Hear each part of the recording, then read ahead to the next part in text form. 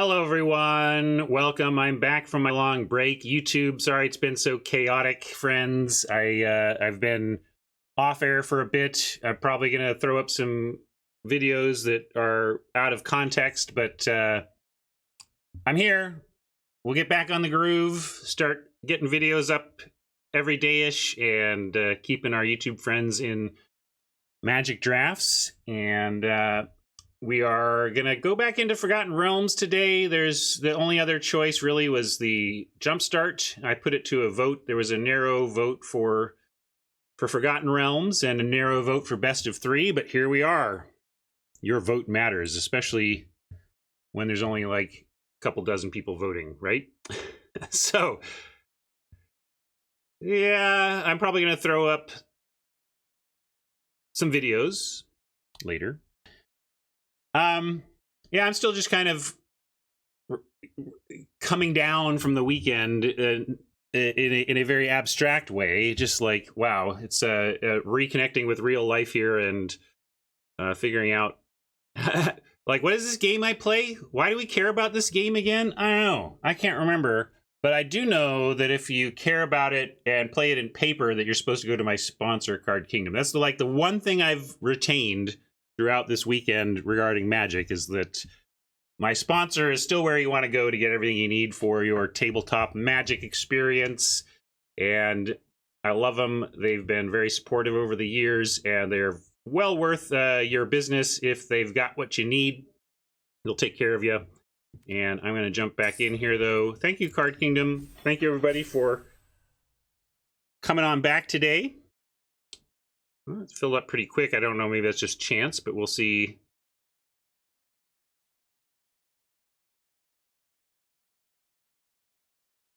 How it goes. And let's get into the draft view here. I'll update the format stuff. We are AFR traditional.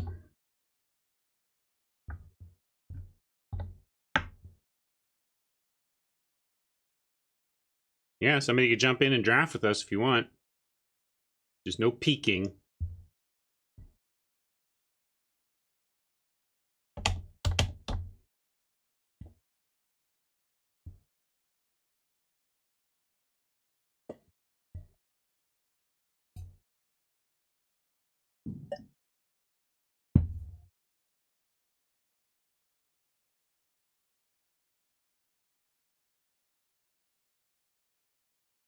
Tron hasn't played the format for over a week. Have you been playing Arena and doing Jumpstart, or just not playing Arena, or playing something else on the system? I don't know.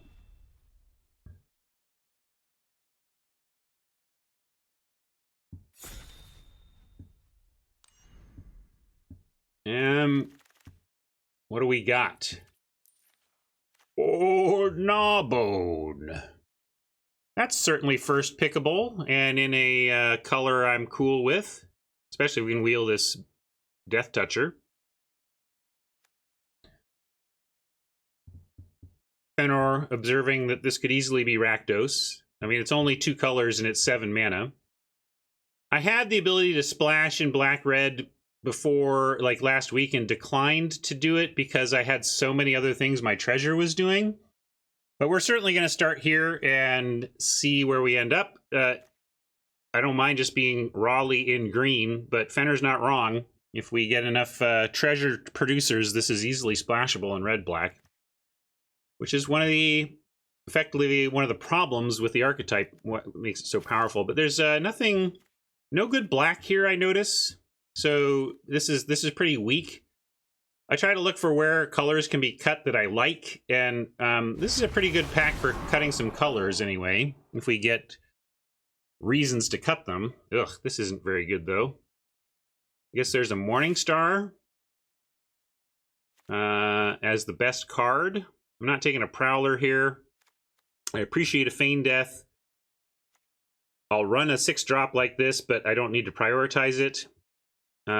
Ramping to Gnawbone could be interesting, but there's no reason to prioritize it with a second pick. Like if we pick this up on the wheel, sure. So I think Morningstar and Evolving Wilds leap out at me as the top picks, with Dryad being interesting given the Gnawbone, but a little too early for me to want to prioritize that. I think I'm going to take the Morningstar since it also cuts a color. And also I don't necessarily need, like, I want like one Evolving Wilds, maybe two.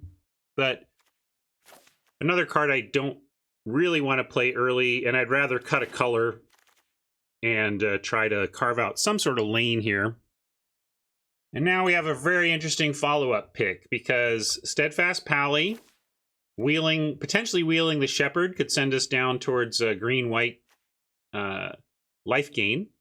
We also have Hoarding Ogre and Plundar to go with the Morningstar and support that. Black Dragon is interesting. You know, it's maybe the best of these uncommon dragons in turn, because it's like basically a 2-for-1 when it hits. But I'm not into another 7-drop. Like, we do have that job filled. I would rather take something that matches one of our picks and helps us cast the other one.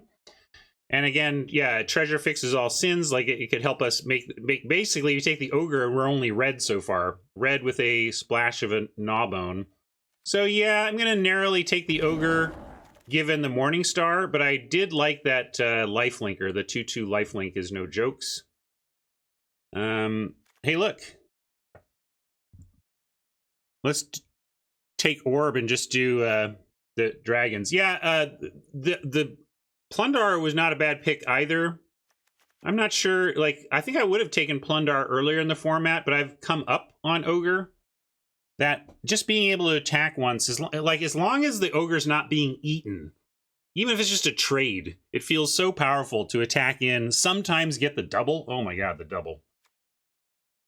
There's Bull's Strength, which is a fine trick. What am I taking here? Like, that's kind of the, like, unless I want to get into... Yeah, I'm going to continue to avoid the blue, I think. Well, I took Bull's Strength. That's maybe not the best, but we can consider it. Maybe we'll be just red-green here. We got Plundar, Valor Singer. I like all three of these cards, so that's a decent sign. Maybe we'll wheel something from this. But yeah, Plundar into the old Gnawbone seems good.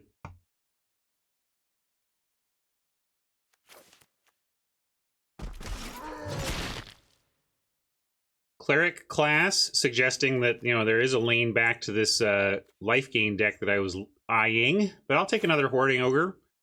Second Hoarding Ogre makes me more willing to pick up some bigger top end. This is going to make it much more reliable for us to play and attack with this and generate some extra treasure.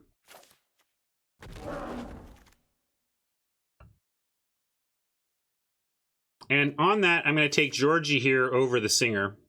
I saw the Singer first and was like, this will be fine. But since we've got two Ogres and a Plundar, let's pick up some additional top end that we really like. And of course, Gorgeous George qualifies.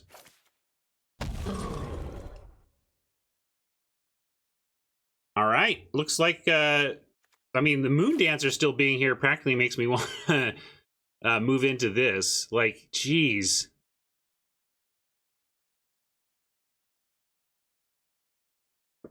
You just like the Bard? Bard does everything? That's fair, Tron. Yeah, red will be open pack 2. We cut it. I'm going to spec, but we'll see. Mainly because the Bard and the other, they're fairly replaceable. Veteran, we do have a Morningstar that does something with it. What were we hoping to wheel from this? Oh, yeah, the Death Toucher. So the green Death Toucher was taken out of this pack, so we didn't get that. I just really hate the Prowler. I'd rather have a 2/2. This card just disappoints me consistently. Rather have the 2-drop. And I'll take some ramp, additional ramp over another payoff. I want more giants over elementals here. I'm going to continue to avoid those Prowlers. Wild Shape has been playable. Feign Death still here is something signally, perhaps. But I'm going to take the Shepherd. With our Treasure Sitch, we could just potentially even splash the Moon Dancer. It's a little bit of an awkward splash. You want to play that on 2. But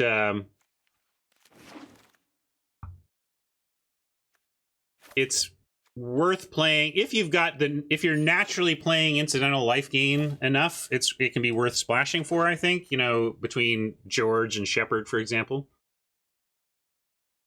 What do we got here? Pretty straightforward channeler, I think. You could, if we're splashing white, you could look at the containment. I do note that we don't really have any interaction yet besides bold strength, so we want to prioritize that, but there's not really, and we're best of 3, so like if we will a plummet, I wouldn't mind that. But this is just a channeler pick, and we gotta keep an eye on interaction. I do love this this card. It's just a must answer. It's a plan. If your opponent doesn't kill this, you're dead to it. So you got to kill it.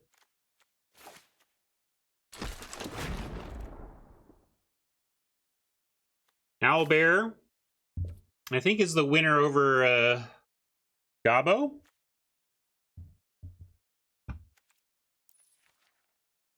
Don't even really have any 5s yet, so it would be our first 5. So from a curve standpoint, that wouldn't be the worst either. So yeah, I'm going to take an Owlbear. If we were like loaded at 5, I might go captain. Yeah, that's fair. I do love me those 2s, but I got a couple. I'll play 5 Owlbears. I'm taking the Owlbear.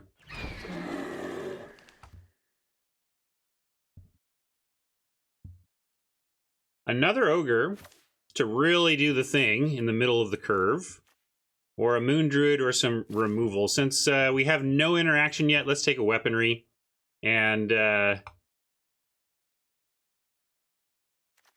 have another way. Also, it makes treasure. I do like picking off their 2 toughness. This is what Marshall was talking about, right? He loves the improvised weaponry because you remove something to stabilize early, and it gets you to this stuff 1 turn early.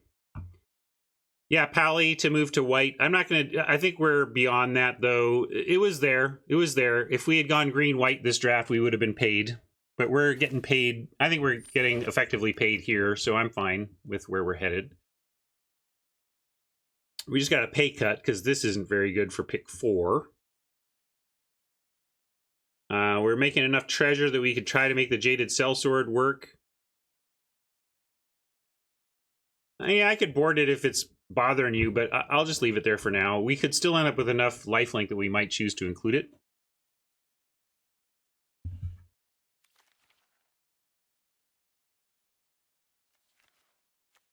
I think we just take this, but none of this is good.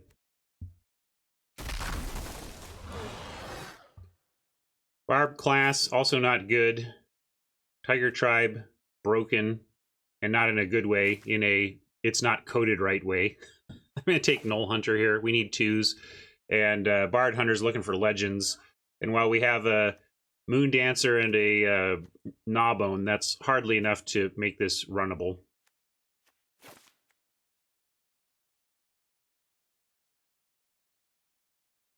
Knoll Hunter doesn't work either. Oh, Tiger Tribe Hunter checks graveyard power, not power as it's sacrificed.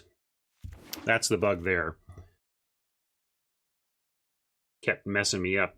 Yeah, there's a lot of the whites kind of flowing. So you know, Naya was I think Naya was our lane, and we happen to be in this one. But this is pretty good. I'm gonna take another Plundar though. Yeah, you'd splash the plate armor. That's fair. That's reasonable. We do have the ability to splash. Tron points out plate armor might be worth it. Radiantware wants Plundar number 2, but I am thinking about that splash. I'm just gonna stick with Plundar though, just because it's so on plan. It's very on plan, and I will keep in mind that we can splash powerful stuff, but I like staying on plan. Bard versus Gabos here. Neverwinter Dryad, you could make a case for it, but I don't think it's the right call. So, again, low on 5s, but this is okay. I'm gonna take the goblins curve based on curve here. Another Moon Dancer, again showing how hooked up we could have been. Price versus a random 3. I actually think in this case, random 3 is going to be a little more where we're at. It can be aggro if that's where we're at. It can be defense if that's where we're at. I do like how it plays those different roles. Yeah, especially in best of 3 Radiantware, because we can also board it in or out depending on where it lands as necessary. Here we're going to take a plummet for the said board. Nothing really here.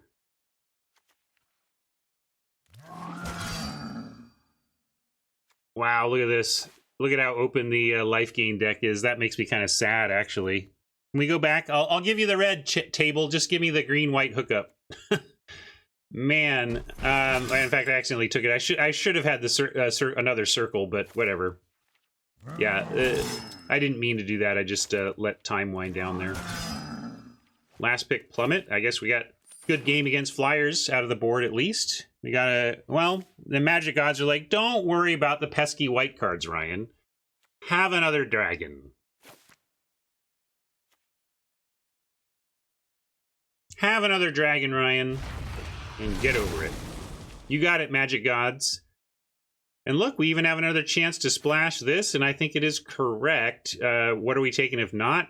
A bunch of stuff we can hopefully wield. So now I think we do take the armor and look to throw it on something.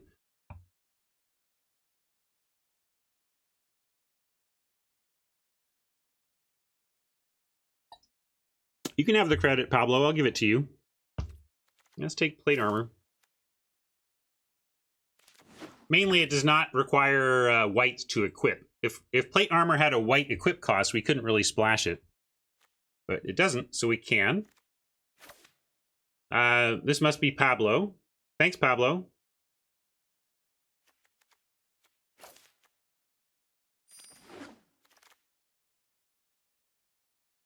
Another Moon Dancer. That's crazy. But yeah, we're pretty happy with where things are breaking. And probably Fireball first. Our interaction is not great. So, I mean, Meteor Swarm obviously being an exception. This is amazing. But I think we take a Fireball number 1 over Goblins number 2 because of our... Yeah, Goblins is much better, I agree. But we're in pack 3, so I'm thinking in terms of jobs. And we just don't have enough interaction for my taste. So I'm going to take the worst card. The worst card. It's not the worst, but the worst card in the abstract over what I consider to be our deck needs at this point. Happy to pick up another weaponry, in fact. Now we have a couple of answers for small and a couple of answers for big. Radiantware likes the idol. I do want having one of those out of the board would be good, but I like the hard removal there. Another Georgie is fine by me. Keep finding reasons to not take an Evolving Wilds, and with a Meteor Swarm, that's fair. Yeah, is this do we have enough top end to go for Wilds? No, we're not. We're not. We might splash plate armor. I'm taking George. I'm gonna be greedy. When I get color screwed, you can remind me. There's some more ramp, but I think maybe a Bull Strength might be more important for the deck than another Dryad. Hey, here's a Wilds we can grab. I'll take that over the Dryad and more 6s. Great. So we picked up a little fixing. Nice. Boots of Speed. Is that going to play in a deck like this? I don't think I'm running an Earth Cult Elemental or this Wolf. So... Although we might... Yeah, we got enough going on at 3. I'm just going to take the boots and we'll see. Hasty Beef can be nice, for sure. Here's a circle I can get. I missed the other one looking, staring too long at the screen. But we'll take this. I don't think we're running the Moon Dancer. If we just had a bunch of incidental life gain we happen to be playing, we could think about that. But nah, we're not playing that. And I'll take... Yeah, Elemental is great, Scotty. It's just that we're not hiring for that position. We have filled that position with Inferno, 2 Georges, and an old Gnawbone. So I'm sorry, no openings for your skill set, 6/6.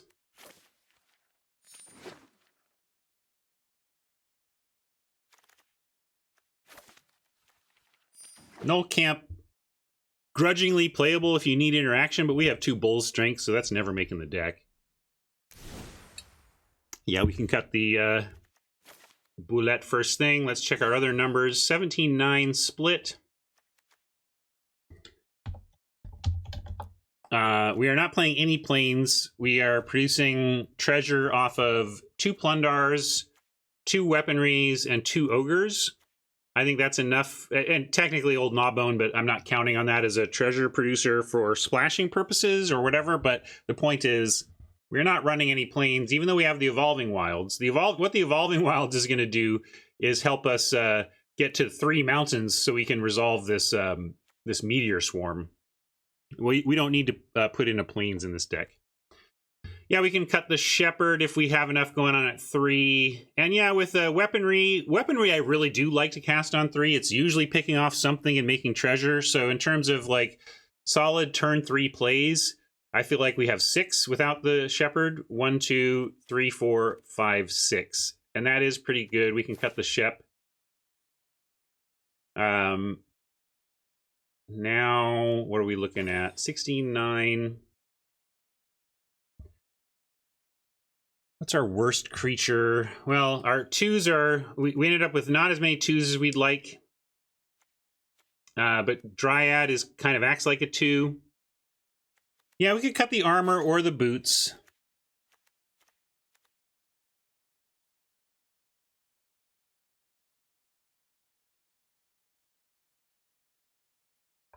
Or a Bull's Strength. I think that's fair. I think that's the correct call-outs. Do we need to cut a creature as well? And if so, what one? They all feel so important now. Like, ugh. I mean, I could cut a George if we felt like 3 top end was enough, but I think we want more top end.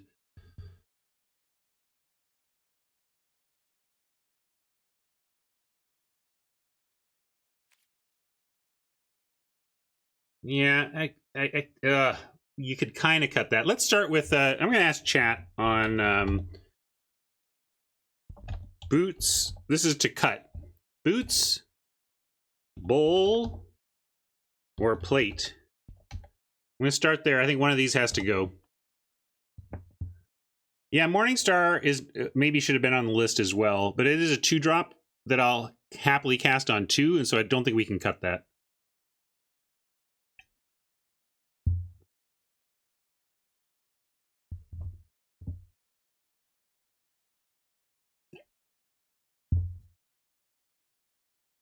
Yeah, the trample is nice too, but really, again, it's like, it is technically a 2-drop for me in that I would you cast this with no other context other than you know that you had two mana, one of them red on turn 2, and I'm snapping that down every time.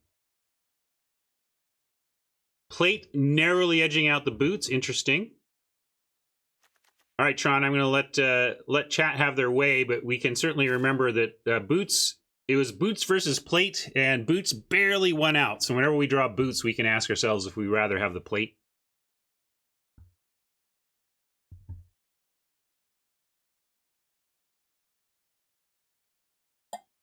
Well, we might be. I just wanted to take it one at a time. We could also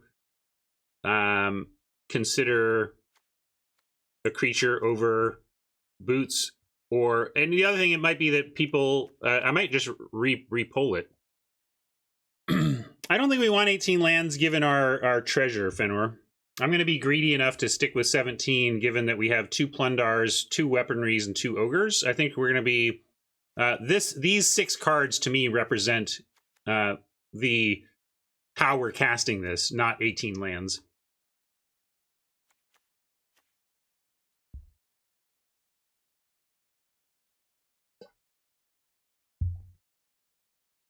And yeah, Dryad also kind of represents an 18th land. I just don't... I get it, but I think that's pushing it. I don't think we need to with 6 treasure producers and a Dryad. But I think I hear what you're saying, that's a reasonable thing too. If you want 18 lands, I would probably cut the Dryad for it. But yeah, whatever. Let's cut the boots and keep the creatures, keep the Bull's Strength. I like the surprise factor on these Bull's Strengths has been real. The trample has been real. I mean, trample with these 7/6, like suddenly you've got a 9 power of trample. That is for real. So yeah, let's do this. Let's find some cooler lands and see how my land greed pays off. I think it's justified. Maybe I'm just trying to tell myself what I want to hear, but I really do think that 17 lands plus all this treasure and ramp will handle our mana sinks.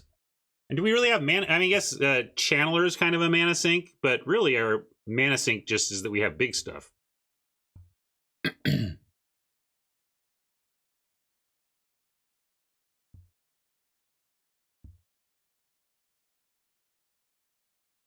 Yeah, that's fair. But, I mean, like, for example, you never, ever want to get stuck on 2. Well, it's Magic. Sometimes that'll happen.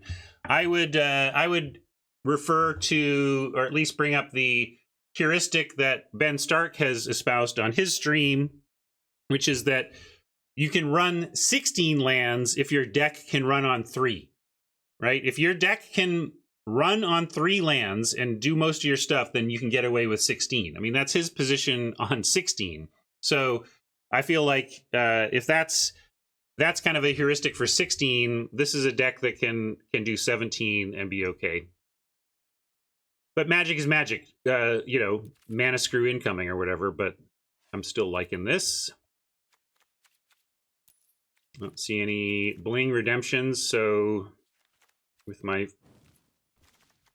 reconnecting with Magic after a long, fun weekend away, let's go back to my favorites. Mr. John Avon. Best of 3. This is best of 3. So I haven't brought up shuffle effects or or the hand smoothing effects because they don't matter here. Let's go by the horns and put the Bull's Strength as our card. Since after all the voting, the Bull's Strength withstood all the voting, so we'll name the deck after it. I think this deck looks pretty good.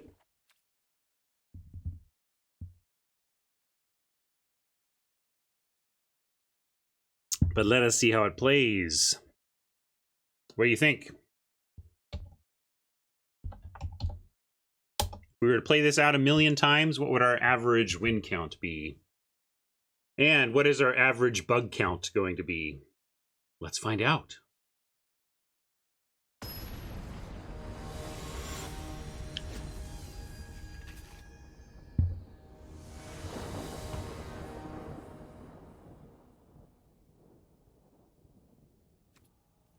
Gotta like the play here. Oof. Ugly, ugly. But I got something to do on 3 and any red source, and we can start this stuff going. We got basically 9 sources of red lurking in the deck.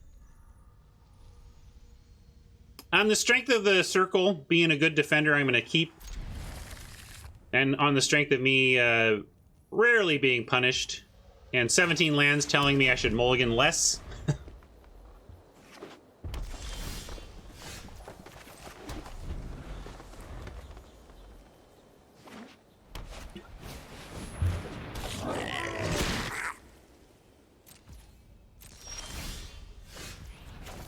All right, well, Strength of Moon Druid in play here, because it's exactly how it's gone. We're now on Moon Druid.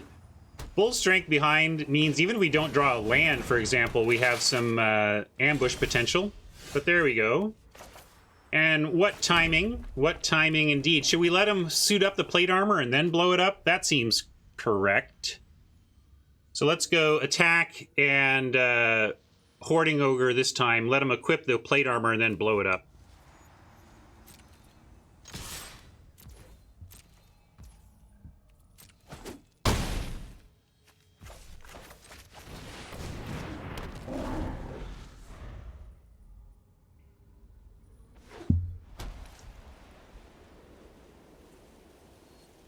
It's a big tempo hit if they spend their turn on the plate armor and we kill it. So let's give that a chance to happen. And if they don't, well, I think we just wait until they spend mana on the plate armor, unless we have nothing else to do besides the Plundars.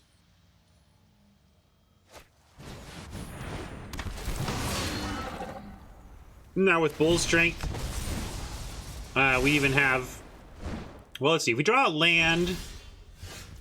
Now, this is interesting, because I kind of want to go Plundar, make Treasure, have Bull Strength, but actually we'll have Plundar, Bull Strength on the Strength, no pun intended, of the Hoarding Ogre attacking. We get at least one Treasure out of here, so we can still Bull Strength and follow up with the Plundar if we want to.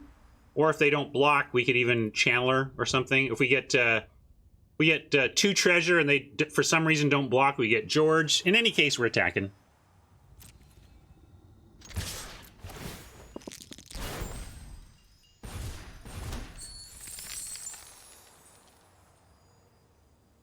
Sometimes people just snap block the Ogre on the presumption that I'm just desperate for treasure, but we'll see.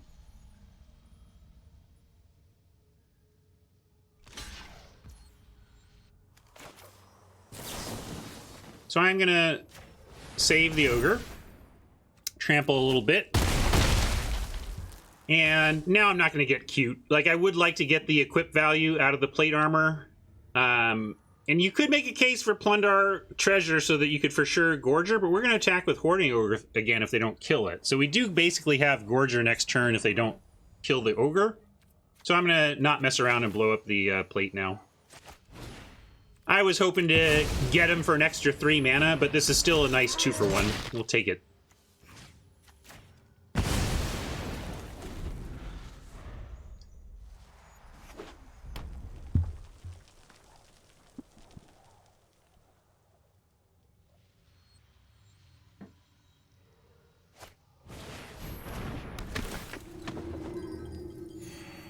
This is where Dawnbringer, I think, is so underwhelming.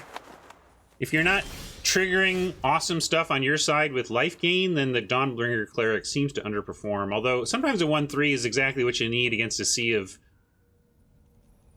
3 1s and 2 1s. But in this case, I think we, let's see, do we have... We swing in now, what are the trades happening? I guess we just send in these 2 and continue to offer trade. If we double up on Ogre, we can drop George. Plundar is a free block, but if they put their Hobgoblin on the Plundar, it just dies. What makes that a free? I don't know what you mean, Hat. Oh, and by the way, I owe you a Plundar. Sorry about that.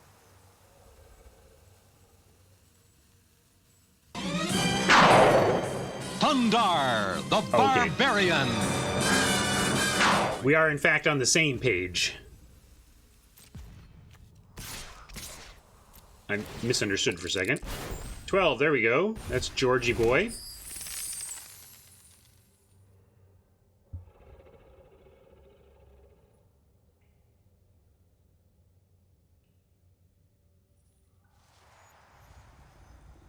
And I think we just do that. There's no need to channeler here, even though we could.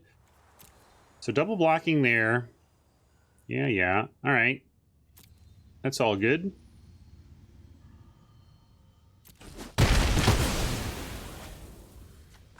I like this plan.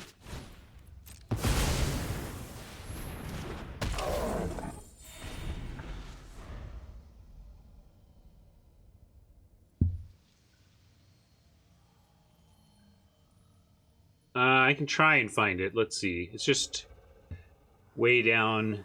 Oh, I found lucky. I just kind of scrolled down and boom, dead center of my screen. Come on, Berserker. Girls think sexy. My love for you is like a truck berserker. Bull's Strength gives us that 9 power of trample I was talking about. If they chump, though, I don't even care.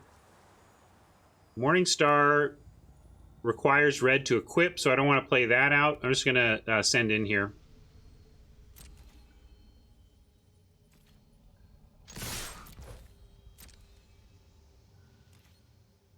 And if they're doing that, that's fine. I'm wondering, they're just taking 7, or are they going to do something about this Gorger?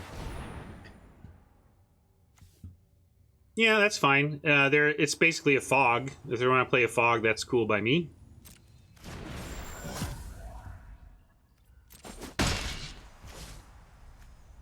Let's go... Given that they've shown Equip, I kind of like sandbagging the Plundar. Although we Plundar and make a treasure, we can Chaos Channeler. But let's just Morningstar, and then we have Bull's Strength up.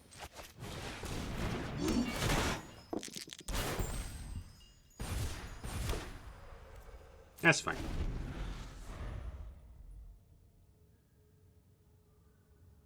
Yeah, I don't think this card is super main deckable, but I guess Oppo does. I could ambush this Cleric, but I would rather have the Trample on our Crackback here.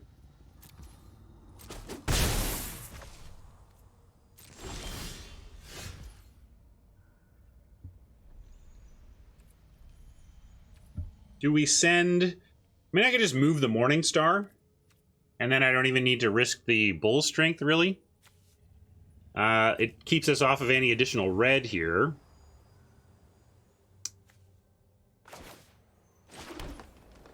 But yeah, if I'm just going to attack with this, and I like moving the Morningstar, so I'm going to do that.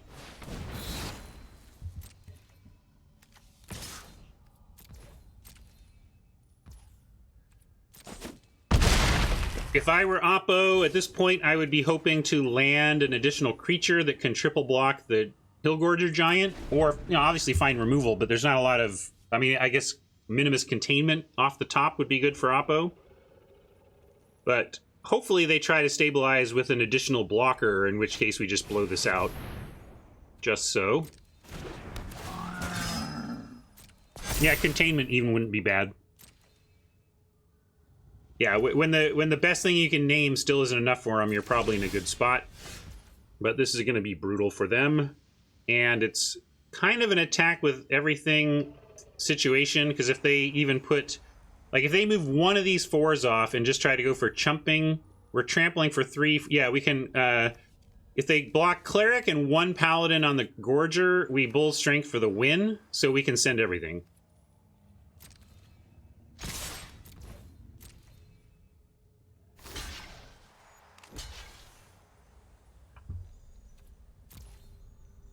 Now, this is going to be a trade, but it's just going to be for their basically their whole board. And we still get a Plundar after, or a Circle.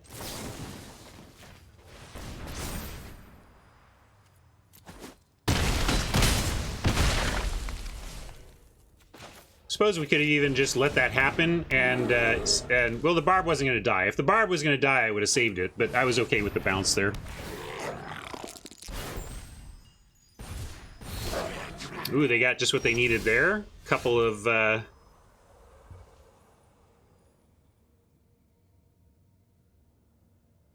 options, but here I'm going to move the Morningstar onto the Circle, I think, and then we get a 5 points of Trample that they have to put, 4 toughness on or they lose. So, yeah.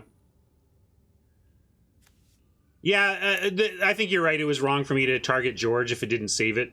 I should have just at least killed the Cleric. That would have been better. Still think we're going to manage to pull this one off, but that was not ideal. I'm just wondering if I need to put this here. No, I gotta make the biggest trample I can. And now, to not lose, they need to put 4 toughness, which is like Cleric plus one of these. And that's pretty good for them. Yeah, I'm just going to send the Moon Druid because they actually have decent blocks here. Because they go this to trade with Moon Druid and not die. And then they can trade and eat the other. So just the Circle. And then we'll Dryad. Just to add to the board. Oh, they're going to do it that way. Yeah, sure. That's fine. But I like getting rid of their bigger thing here, so that's cool.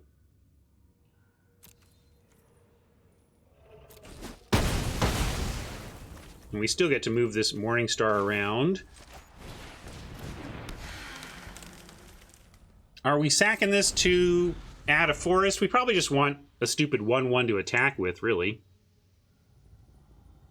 Morningstar right now goes on the barbs so that Cleric doesn't have a bounce block.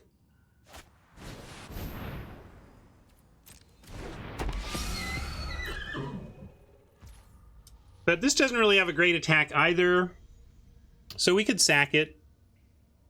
I'm going to do that. This isn't really doing much on this board. How wide are we trying to get here? Because the other thing we can do is just try to get wide enough where this doesn't matter.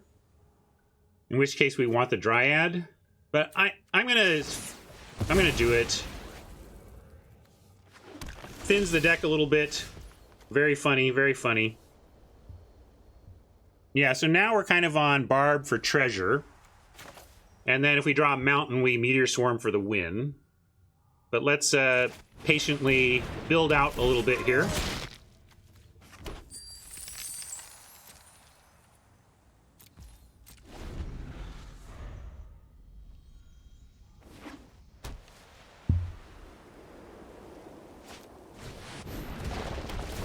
Well, forest down.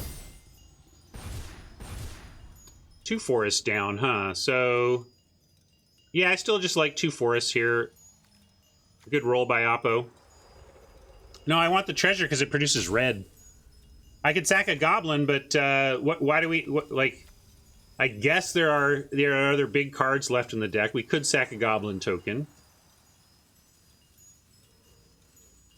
but I need to sack 2. So it's either 2 forests or a goblin token and 1 forest. So I guess since we're on the Meteor Swarm plan here, we'll just sack Gobbo. Yeah, I gotta sack 2 though, Bondman. 2. Really, deck? Come on. Now I gotta choose whether we're Chaos Channeler or just holding out for Meteor Swarm.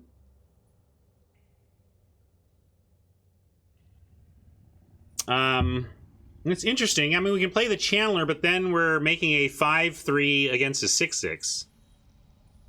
And also, with them, I mean, I worry about life gain, but we could rip a one of our 2 burn spells.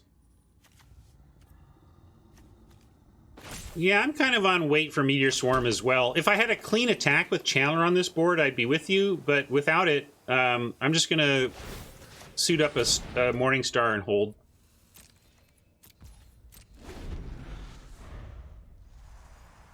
If they don't gain any life from here, if we can fire this off, we get the 6-6 and the 3-2, right? 8 damage divided as we choose, so we put 6 here and 2 here. And then they're in a bad state. So we're like 1 red source from taking Oppo's very admirable clawback here and trying to put it down. Yeah, Fireball just wins as well. Yep.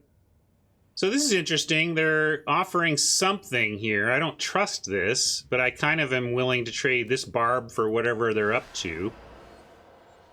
So since this isn't really our this is our plan. You know, we play this and win. So let's try to take this trade. You'd block with a 3-2. Yeah, I guess that's a fair point. If they're doing something to augment toughness by 1, we still get it. Could even, do both. Siriana just wants to take. That's totally fair.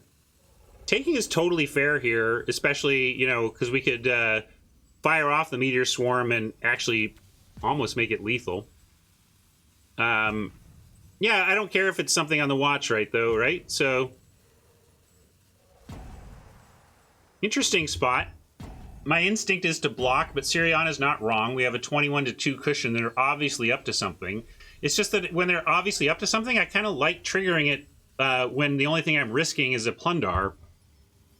Yeah, that's where I'm at with Fenwar. Like the life total stuff is all well and good and interesting, but the bottom line is, do I want to trade Plundar for a Unicorn or a Trick? And the answer is, yeah, sure. So I'll block. Oh, yeah, I should have done... Sorry, that was correct to block the other way, but it looks like it worked out. But, yeah, you're right. I should have blocked with a 3-2. Hey, buddy. And now we can actually do an X of 3 and go 6-1-1 and be in monstrously good shape. Oh, does it go to face? No, it's creatures and planeswalkers, or 8 to face would certainly be nice.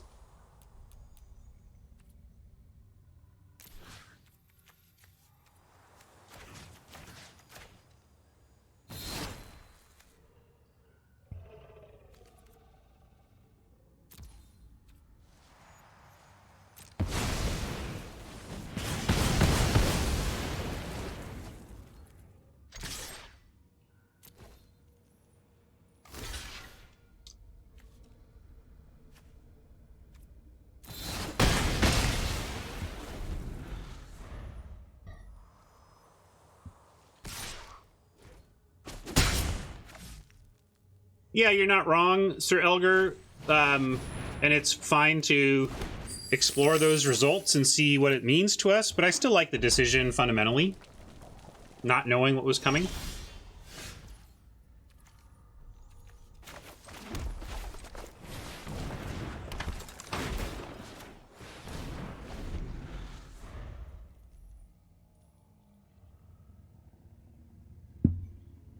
Oppo not out of it. Doing what they can. Now they've got blocks for the kill, and we're drawing land. But of course, we're going to send in and see what we can get from this channeler.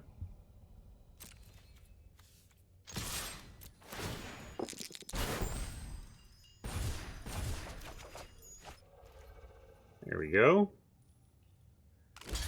They gotta block both or they're dead. We trade for their board and cast a Gabo.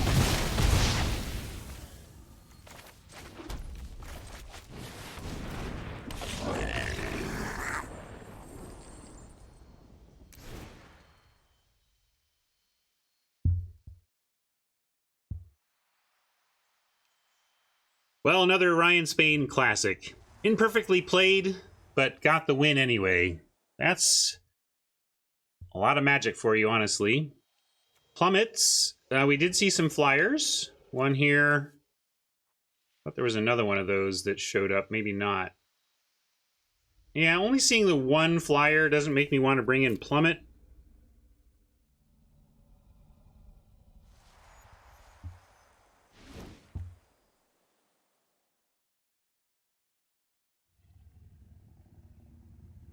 I'm not sure we make any changes here.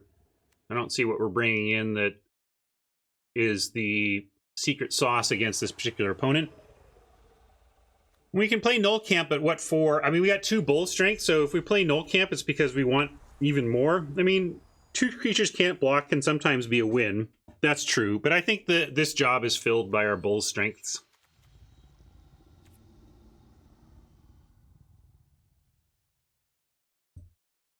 If somehow we missed a big chunk of flyers and we go to game 3, we might reconsider a Plummet, but I don't think there's anything there that we wanted to change.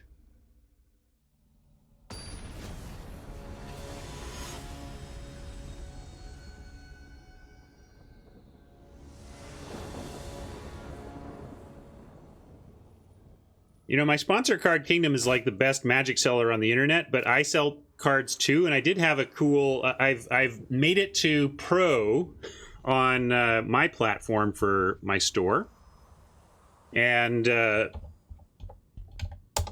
means I get some sweet features that I got to figure out this week. Oppo going first. We got a Plundar we're gonna keep, but boy, it's a lot. I got a lot to work on. There's some very deep tools now available to me as a pro seller, and I got to figure that out. All right, Morning Star at least produces a 1/1 that's going to get in front of a captain.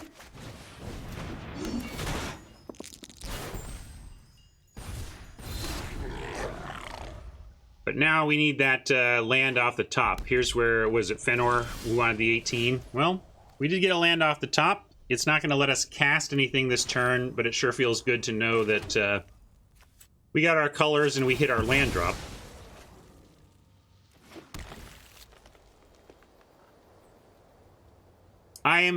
Currently I am. The way it works, Shaman, is that they increase the amount that they're taking from your orders by like 2.5%. So my my costs to TCG player go up a little bit, but I'm exploring this week whether it's going to be worth it to me. I can back out a pro if I don't feel like it's providing the value that I want to see. And now we've got an Ogre coming down here over Channeler. I like Channeler a little later, especially after the dust has settled and it just starts to give you turn over turn value. So we're going to try here to go Ogre into Owlbear and bring around the Channeler later.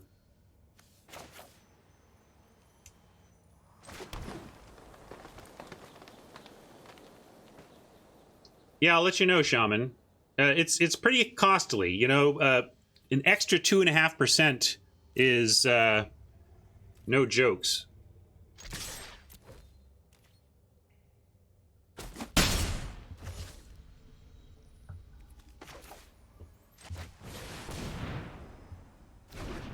One of the things that I like the idea of having access to is the buy listing, though. It's hard to maintain a business as a card seller without a constant inflow of new cards. And I have enough inventory that I can ride that out for a while and still be okay in terms of inventory. But at some point, I need to buy cards from people besides just doing what I do now, you know, which is... Oh, really? All right. Well, they're offering Captain for Ogre. It's a good offer because I don't think I'm going to take it. Although without a way to buff this, I am sending the Ogre to its death here. But Fireball is an instant. So I guess what I do is I make at least one treasure and then Fireball the Paladin. So we will accept this attack. And if they want to trade Ogre for Captain on our crackback, that's going to be fine.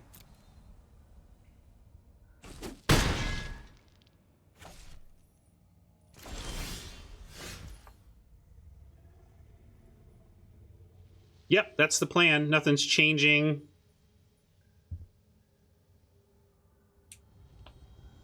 Yeah, Morningstar plus Ogre does trade. I could just move it over, but I think I like my plan. Let's just make a treasure and Fireball the thing.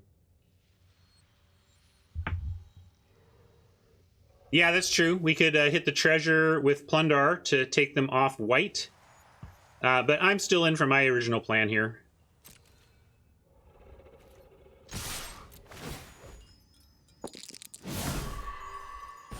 Critical fail, but still good enough.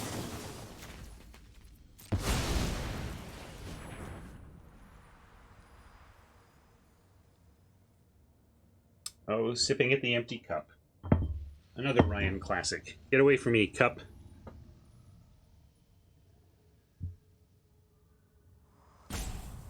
Oppo pausing with the single treasure. Not sure what it is.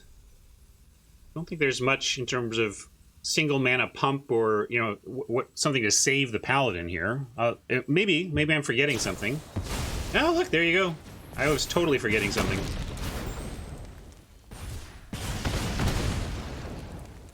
Well, still 2 for 2 if they make offers here.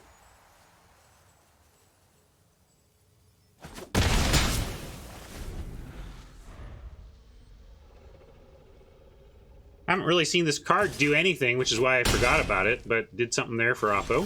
Fair enough. And now... Null Hunter... You know, Plundar Dryad, or even Plundar Null Hunter, but I kind of like, with the old Gnawbone, setting up some more treasure. So, like, maybe Dryad, Plundar make treasure, and then next turn we can fetch Forest. You like Channeler? Yeah, Channeler is real. Maybe they got a lot of resources still. But yeah, I was thinking of Hat's line.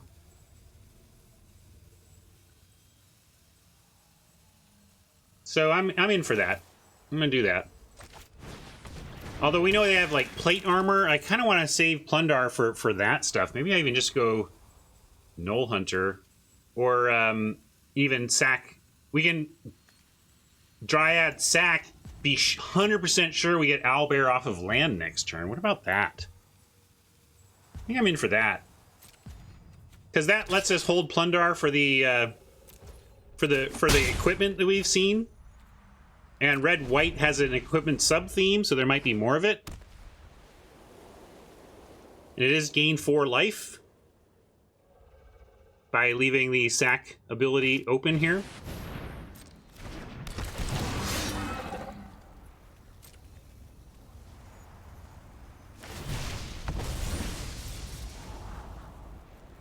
That's fair, Hammer. I still like this line, though. It doesn't hurt to save something as high quality, something as potentially 2-for-1-y as the Plundar.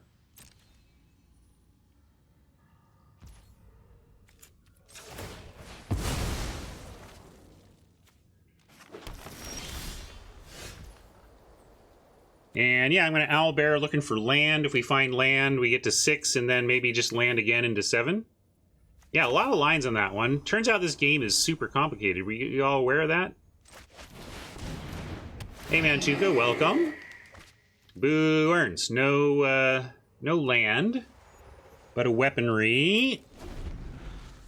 Weaponry plus this can take out one of these and set up. Meteor Swarm is nice, but I'm gonna send these two. I don't love all this open mana, actually, so that's a bit of a worry. However, I'm not actually trying to do a combat trick where they could blow me out, so I still like, yeah, we can send both. I mean, what's the worst, Mike? Why don't...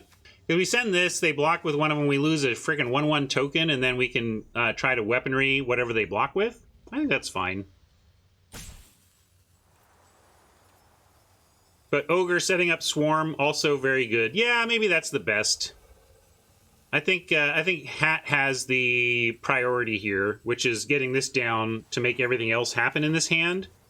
And if I want to play the Ogre this turn, then Mike becomes right that the only thing we can send is the Owlbear. So I now agree with Mike only because I agree with Hat.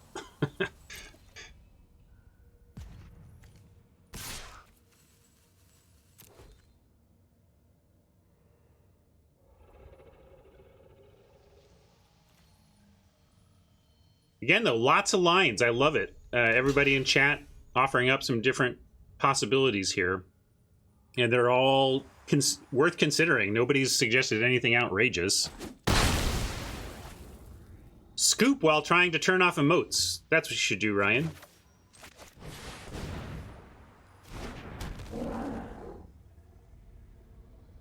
I beat you to it, True.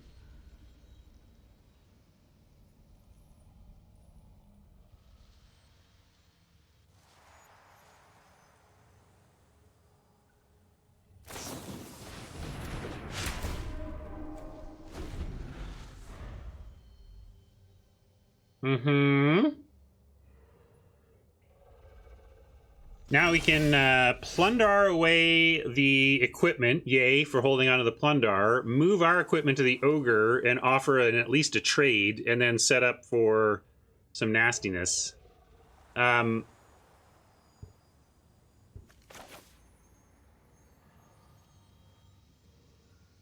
think that's what we do. I'm just trying to figure out if I play this forest yet or not. I'm not doing Chandler, so yeah, I can run that out.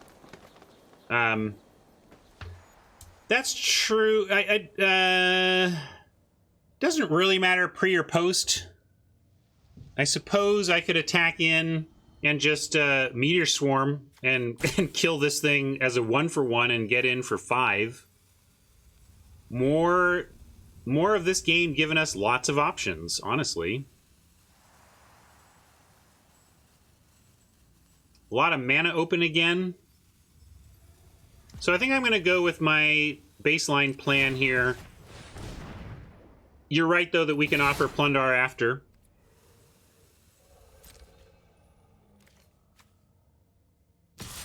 So I'm going to do this.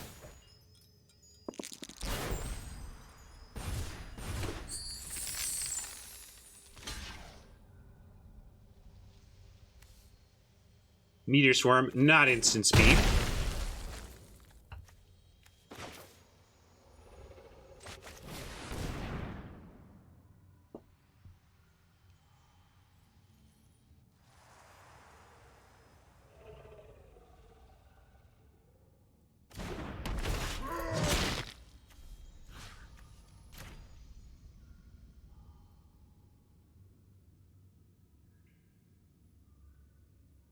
This is just slightly better in that they didn't know they were going to lose their Dungeoneer.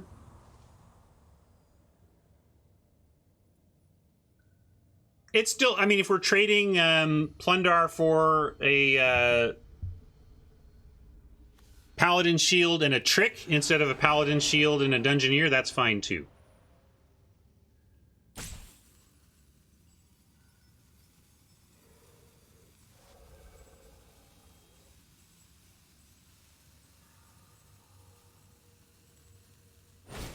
Yeah, we'll do No Hunter because we can still do the treasure. Yeah, it's fine that they use that. It's just a different trade, but all good. And we do Null Hunter. I mean, I could weaponry now if we really wanted to finish this off. 1, 2, 3, 4, 5, 6. That does not guarantee us Gnawbone though.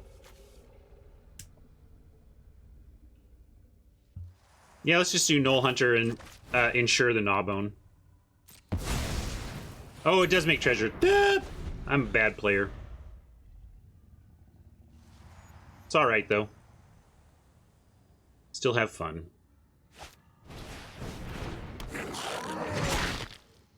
And really, we're just gonna demand they answer the Gnawbone and then back it up with a Meteor Swarm. Sometimes card quality gets you over the hump.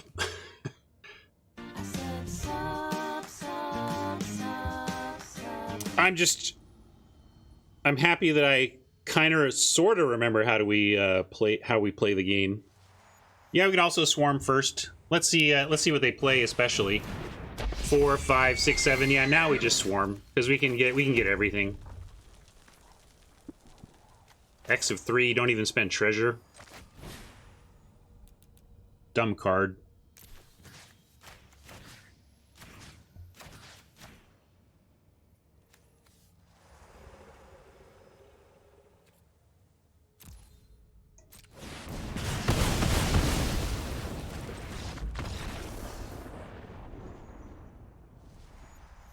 Yeah, that was the next question, Brian, whether we were going to equip or not, but Oppo said, doesn't matter, you played your stupid rare that turns interesting games into dumb games.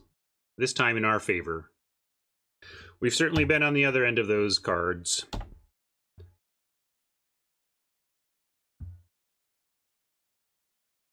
Hey, Adalwar, you really played that well. You really scrapped to stay in it against some absurd cards. I was really just patting my cards on the back instead of me. It's like, well, I'm not playing very well, but card quality's getting me over the hump here.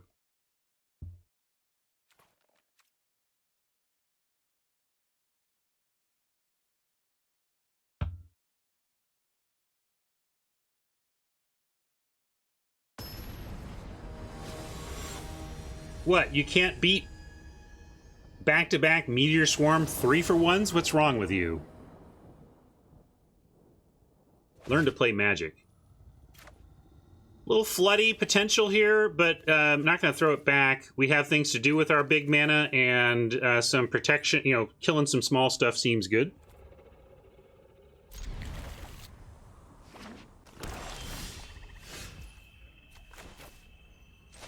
I would not stop you, Siriana, if you just decided to read some more Way of Kings.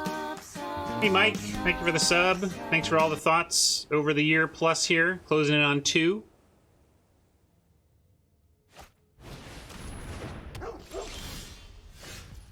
Very thoughtful player, and Mike, always interesting, and Mike suggests a line it's usually worth thinking about, at least.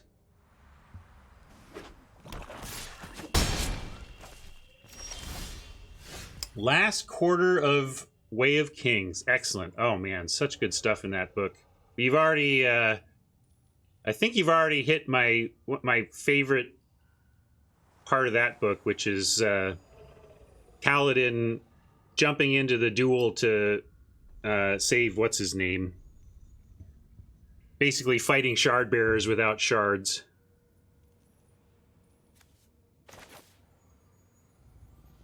Alright, sorry, back to this action.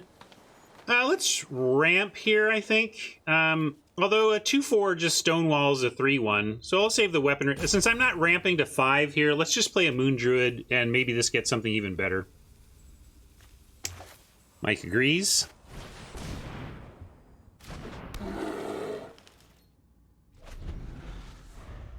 Oh yeah, the battle in which Kaladin declines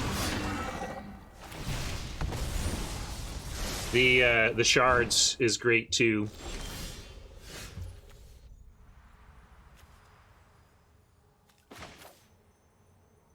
(4-2) can trade with a 3-1. Could also just go Dryad, Weaponry. But again, the Weaponry, I think I continue to want to hold.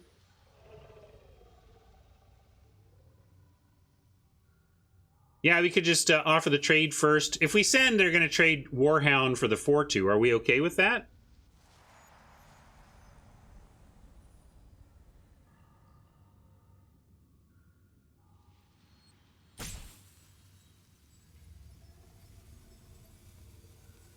I think I just go Dryad, Circle, and we figure out our weaponry later.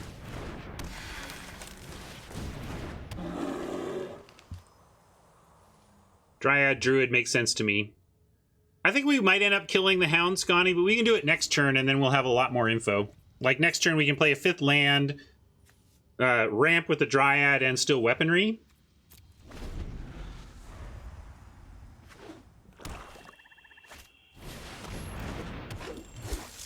Oh man, Siriana, the where Sanderson goes with Kaladin and mental health and everything is really interesting and really great stuff. Driders for reals, but this is what I mean. Like now we can pick this thing off, send in the one of the druids, have the other stuff back, and still block and sack here. So I like all that.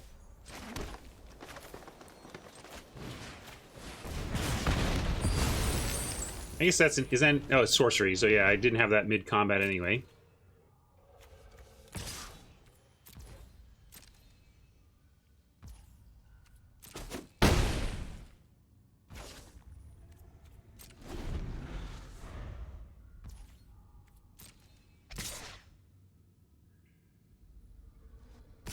That's an interesting attack. We could... I mean, we already have George. I kind of like double block, see what they've got. I think they leave us with a Dryad anyway, because they can't kill it all. So, well, make them have it. I'm going to do this. See what they want to do. Worst case, we lose the circle and fetch a land. It's not bad.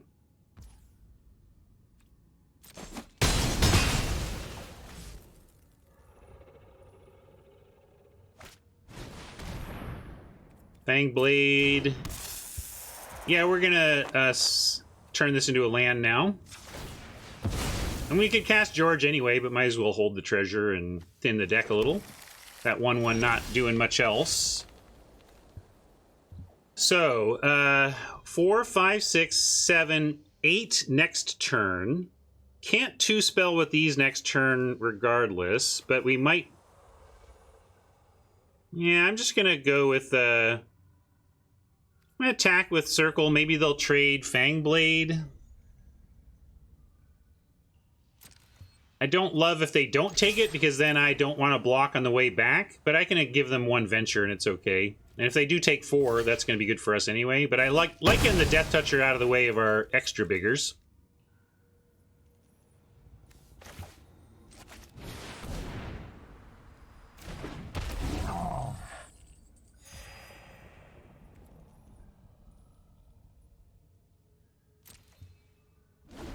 Oh yeah, sorry, I was reading chat. Mike wanted the land out, and I absolutely should have played it. I just got distracted with thoughts from the peanut gallery. Tron likes holding it for discard.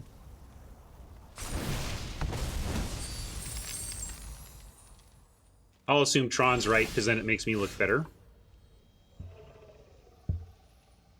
I meant to do it. All right, offer this. Smells tricksy, like they're gonna maybe do something to augment the Dungeoneer and take out George, but if not, they're in a world of hurt. It's now 4, 5, 6, 7, 8. Again, still not enough for the double, so let's play this out and just George again.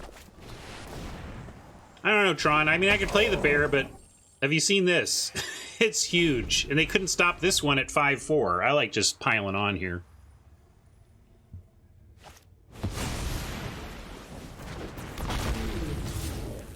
That's a tough thing to race.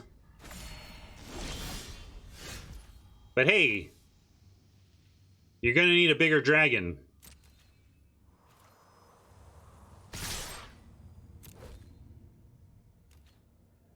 Oh, I didn't read it.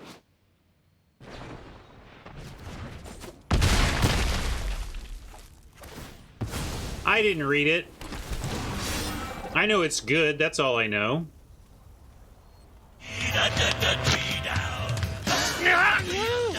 Oh no, please! Honestly, I knew it gave treasure, I just thought it gave it can't for read your itself, crazy moon not language. other stuff attacking. That's alright.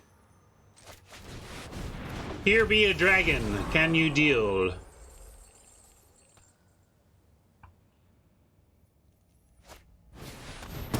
They can, they can.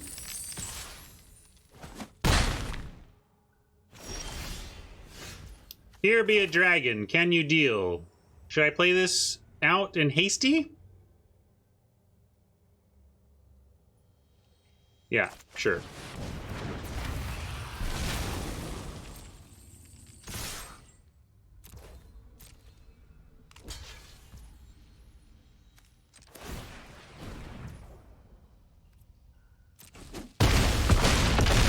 Oh, sorry, I'm so bad.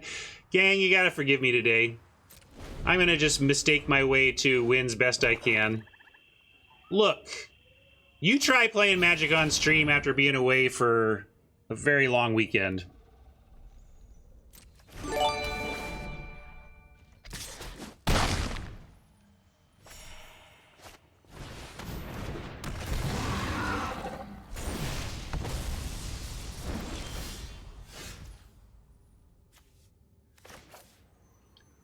I hope I lose now. It would be just desserts, really.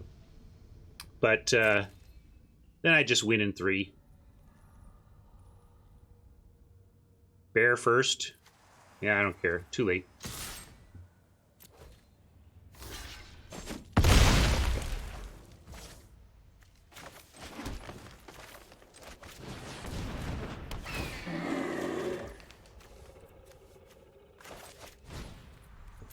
I'm trying to win this the hardest way I possibly can, gang.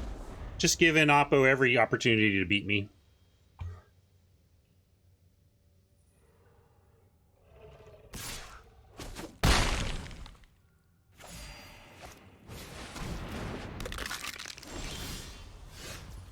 Lundar. So now they got a block here. Good job, Oppo. You really punished me. Really, but let's see. Yeah, we're gonna channel her and see. No, not over. We get to draw. We're gonna Radiant where I'm never punished, so we're gonna find one of our bull strengths. It's gonna be fine.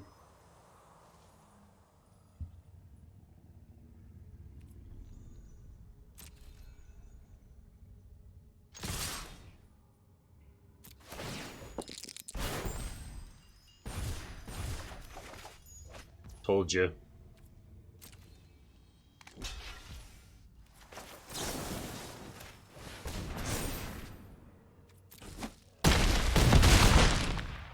You love it.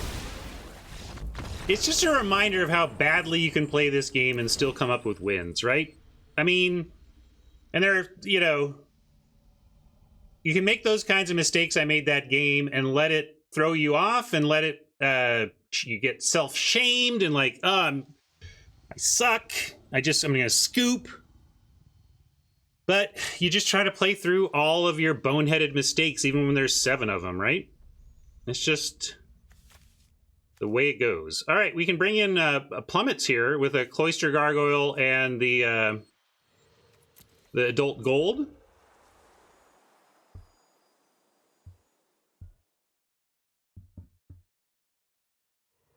Oppo's got to be frustrated, though, because, like, that Oppo tried to do everything they could to give me this win, and I still couldn't get it. But sorry, Oppo. You played really well. I played really badly and still got there. That's how it goes sometimes. So, at least 1 plummet. Should we bring in 2? I think just 1. Maybe over a weaponry, but I do love the weaponry at 3. Yeah, we can get a little greedy and cut the Dryad and not affect the lands. really make the 18 landers upset. But you know me, I'm greedy. Let's do it. Let's start there.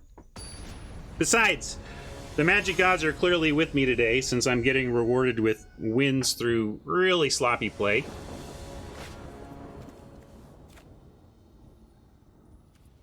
This is keepable on the strength of the Druids and each of our lands, but we do need some land to get going here.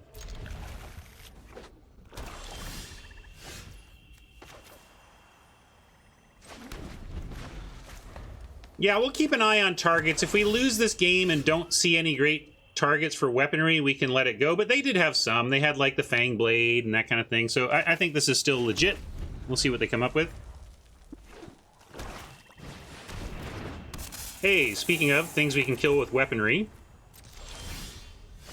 And we're getting land. That's nice.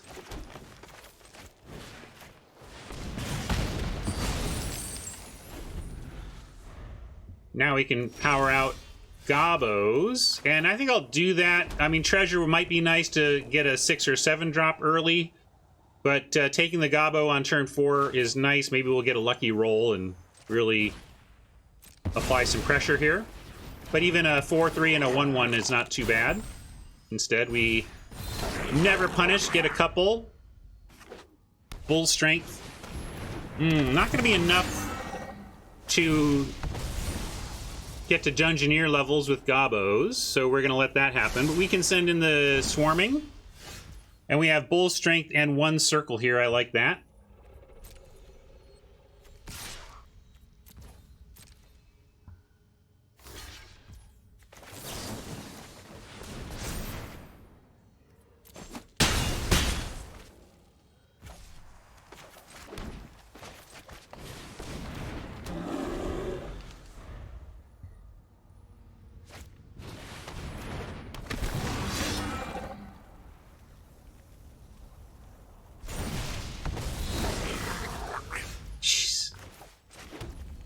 Prince format indeed.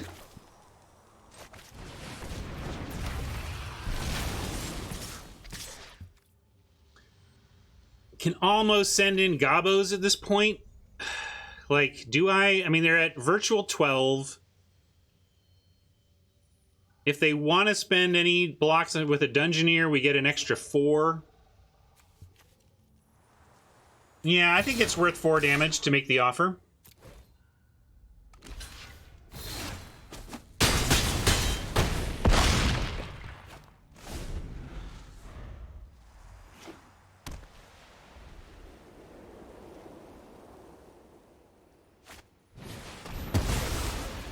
I mean, Oppo coming up with the answers, but I just have such card quality that it's not being enough for them. Sorry, not sorry? Sorry-ish?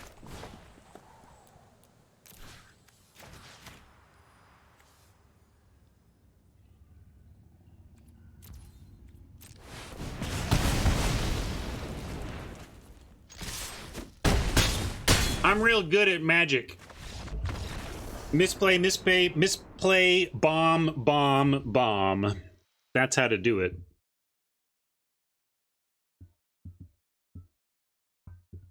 If they're anything like me, they're right now bitching about what a bad player they lost to and how unfair it is.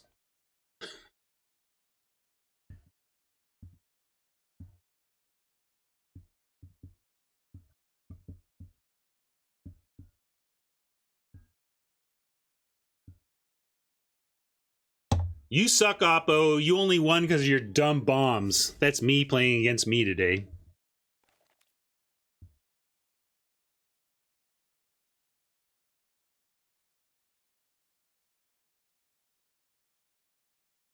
I hope Oppo does. I will own it. I will own it. Sorry, bud. Sorry, friend. That was me winning with bombs through terrible Magic.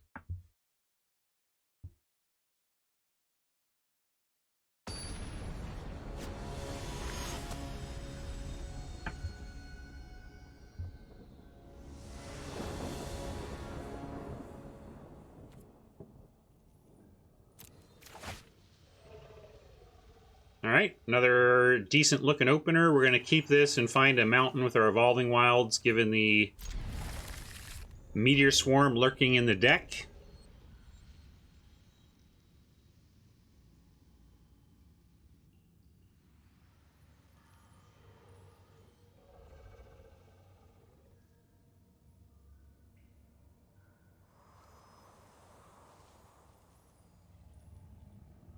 Owlbear in hand is fair point. I just feel like I'm not too worried. Like with Plundar, we can make treasure. Like with Plundar, almost doesn't matter because Plundar and Ogre provide treasure. So given that these are going to allow us to Owlbear if we don't find a natural forest, I'm going to lean towards the triple red bomb in our deck, but it's a fair point.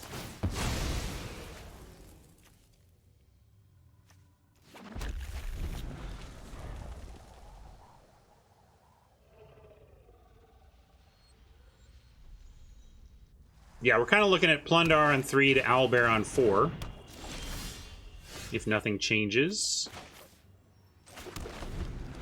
Druid gives us an alternative play. We could go, if we draw a natural land, we can go Moon Druid into Hoarding Ogre. If we don't draw a land, we almost certainly have to Plundar so that we can at least Plundar into Ogre.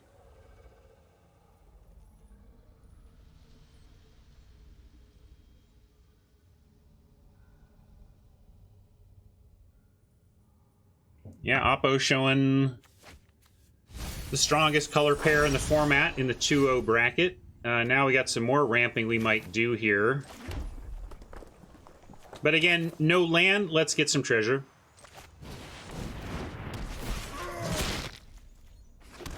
Probably would have done that anyway, to be honest.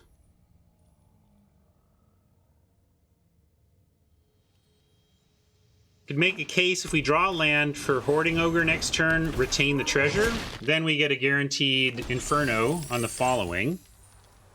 As it is, I'm going to make this Plundar offer and then drop the Hoarding Ogre.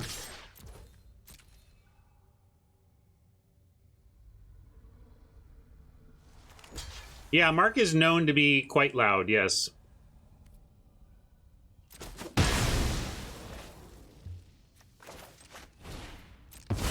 He's very loud unless he's falling asleep while interviewing you for the most important job of your life. Yeah.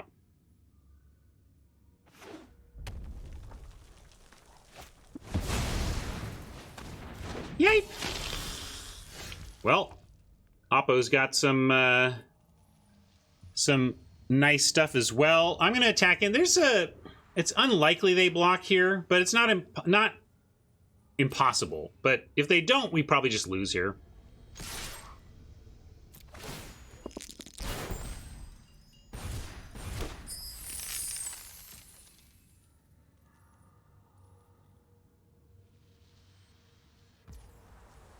Yeah, there's too smart to block. So now what do we do? Racing it is interesting. I mean, all we got is Owlbear, find land, and I mean, I guess you could do Circle and hope we find Inferno next turn. We don't have Plummet in the main.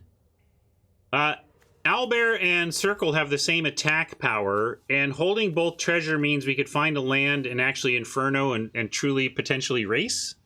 So let's do that. I think that's our only chance.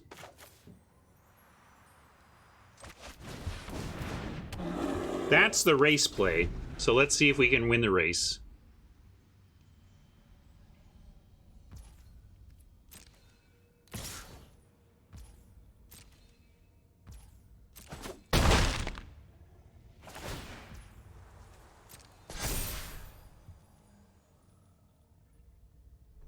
Yeah, Bull Strength only does 7 things, but not 8.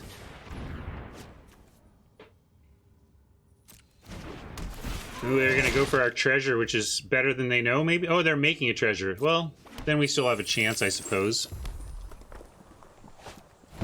Ooh, that hurts.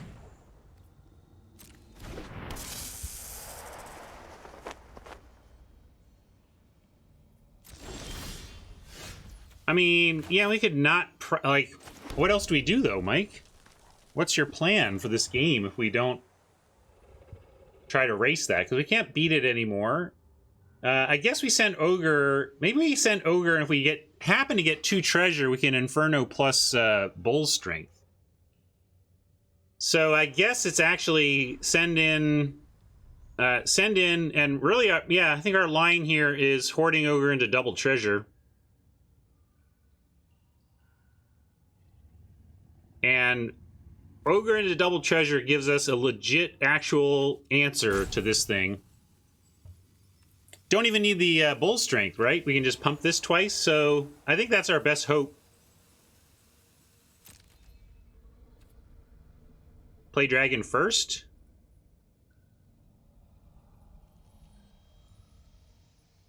But I don't... If we don't find... Well... Yeah. So I'm gonna send both.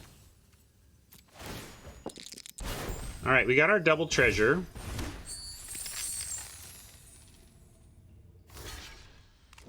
And they are trading as I hoped. And we have a chance. Okay, just drop ground things? You don't want to try and trade with this thing? I don't know. I love that we have a chance to actually trade with this thing. We'll see if it works out.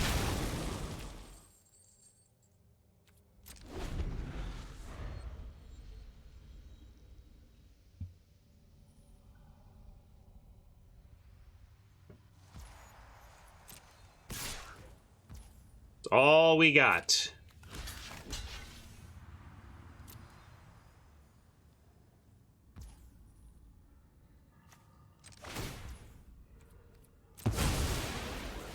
Yeah, there's no need to Bull Strength. If Bull Strength actually saved our dragon, of course it would be worth it. But since Bull Strength doesn't save the dragon, we'll save the card. And we see what Oppo's got. Hey, we traded for that thing. I feel great about that. This is a little more awkward than not, but I feel great about that. We could go Morningstar. We have a 1-1, then Bull Strength trades for the Ogre.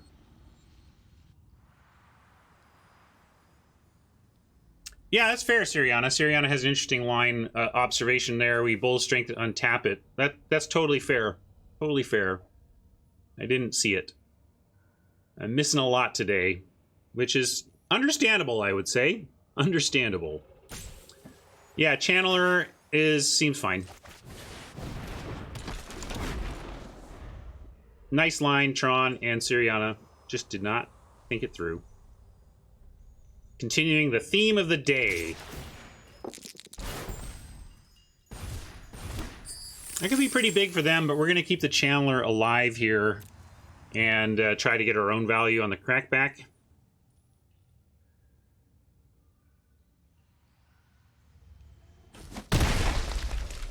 They might just invest in their Warlock class. That can be tough to beat.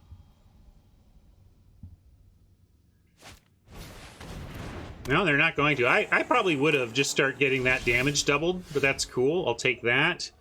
Now we got to attack with the Channeler and hope we find some action here. By action, I mean land, really. I'm going to attack with Channeler and look for a land to unlock some other stuff here.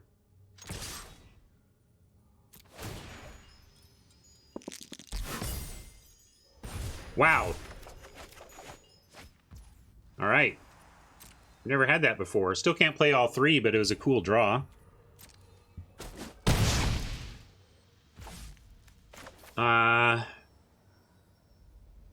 You want to take your stuff for free, but if we Null Hunter, we don't have great extra plays. We could also go Null Hunter Morningstar. That gives us some blockers for the Ogre.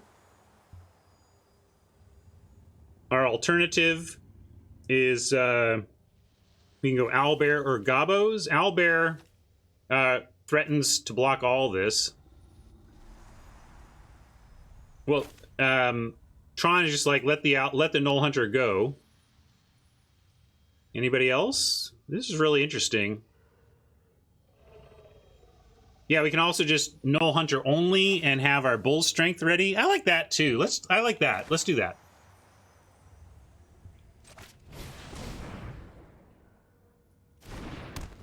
Null and Bulls versus Null and Morningstar were the lines I liked, and I like the Bulls line.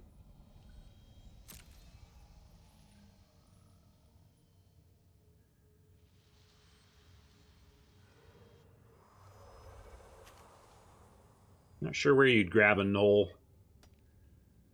Well, that's a Null hunter, not a Null anyway. Or is that a Null who's hunting? Or is this something that hunts Nulls?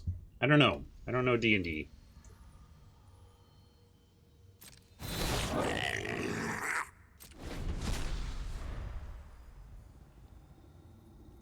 There it is. I could read.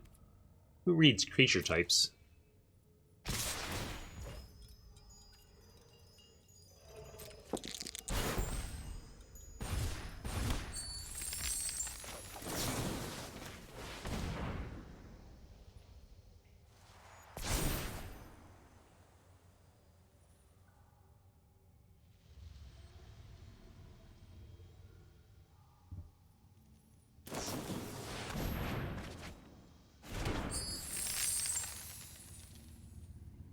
Oppo treasuring it up. We are gonna let him have, well, if we let him have more, they can if I let him have another treasure, they can activate Warlock class. Maybe it's worth taking 2 to bounce off the Horde Robber. I wanted to kill one of these, but I like keeping him off the Warlock activation here.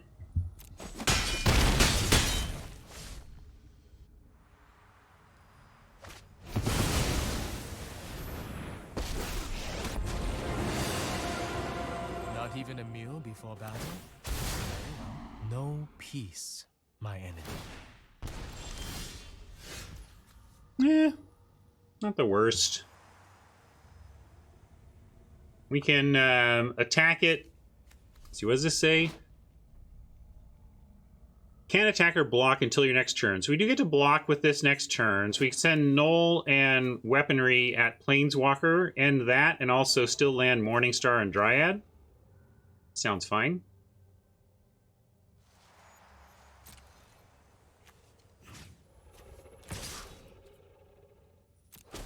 Let me offer some guidance.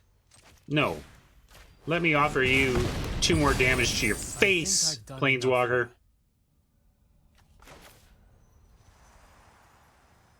Well, I definitely want the Morningstar, and then we can talk about whether we're treasuring for the Dryad.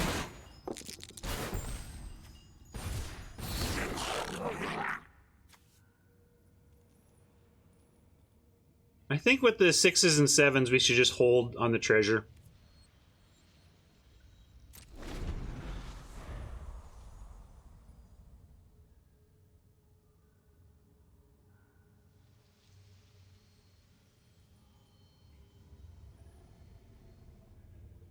We are, like, Warlock class starts to do work. Oppo has prioritized other things, but we could easily find ourselves at the wrong end of that Warlock class, and I think we've been lucky that they haven't done it. I mean, I don't know. I can't say Oppo's plays have been better or worse than getting that Warlock class online, but I will say I'm happy they're not getting it online. We're going to make this trade at least.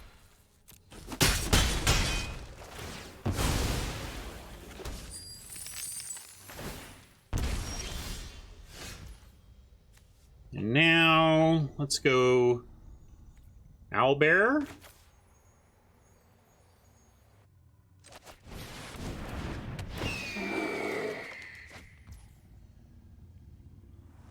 Mr. Owl, how many licks does it take?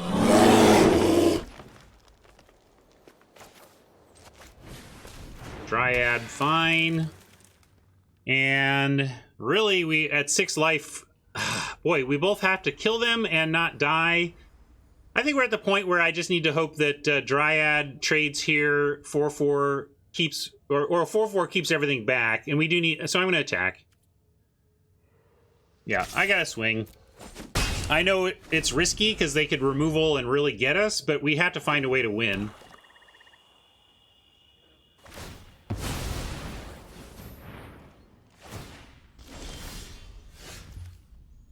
All right, so yeah, it's kind of working out. Actually, let's see. Gobbo, again, should be fine against these two. So even before I show the Gobbos, I'm going to put the Morningstar on the Knoll Hunter and crack in with both of my big things.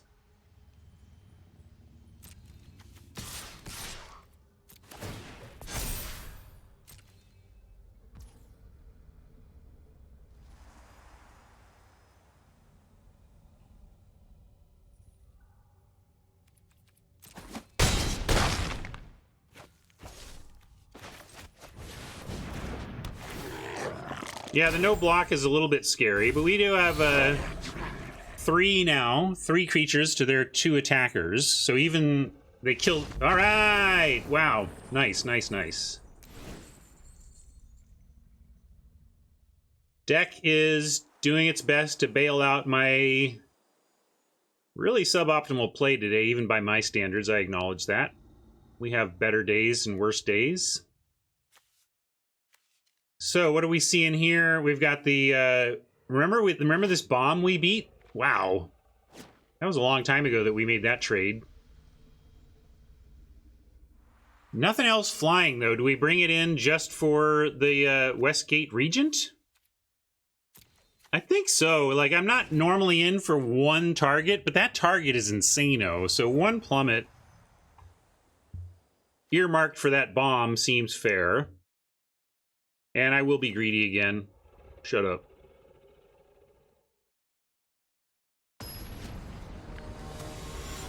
Infrequently punished. We're riding that wave today.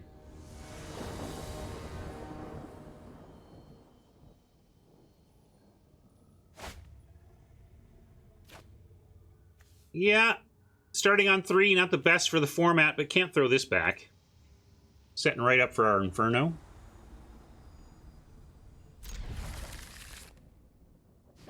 I am infrequently punished, it's true, but I am also not some special man that is less punished by the magic gods than others. I think the real takeaway is that y'all are infrequently punished as well, and you should maybe go for more risky things because, as Marshall says, let your good deck building bear out. Let your quality deck building save your sitch.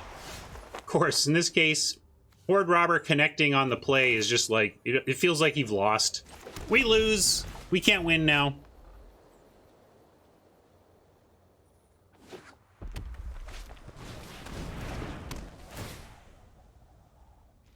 Ooh, and that's extra rough because now Plundar isn't even a bounce block here. All right.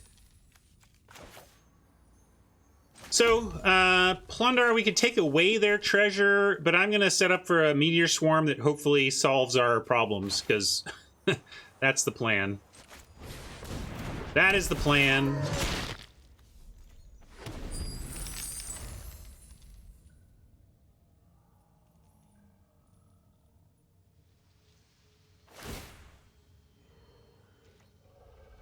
But they get another treasure. No question about this. Big smack to the face.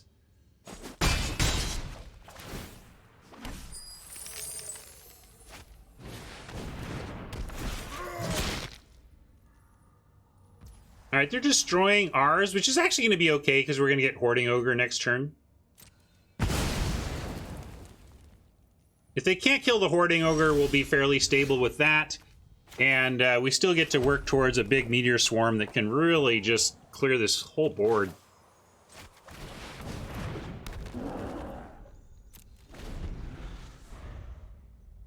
At least now they can't attack with the Horde Robber unless they find removal for the Ogre. And if they use removal on the Ogre with what we've got behind, that's maybe not the worst either.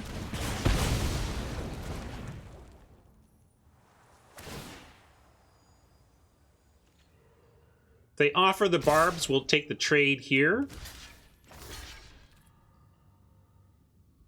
Yeah.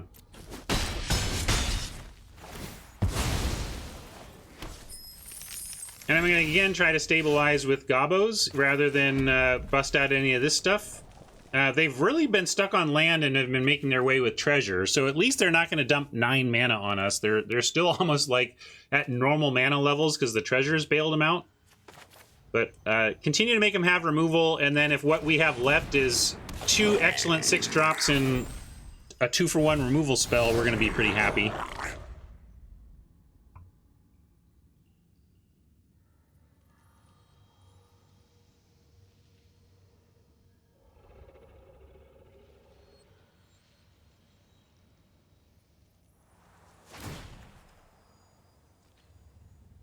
And being a little greedy with Meteor Swarm is fine because we may get a 3-for-1 out of it. At 10 life, can we take 3 more? Or do we want to take this trade? Honestly, with Oppo playing this way, we're a land away from dropping these... well, we need a green to drop the Gorger. You like chumping? Yeah, we can chump. That's true. Sure, let's do that. I like that. Save a little bit of life here. And... try to still set up for a potential 3-for-1. If they drop a creature here and we find a land to X3.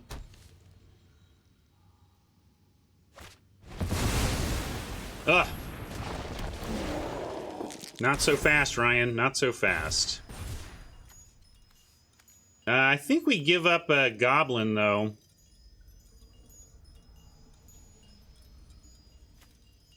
Awkward, toughness here. Right now, 8 damage split among these actually doesn't do that much.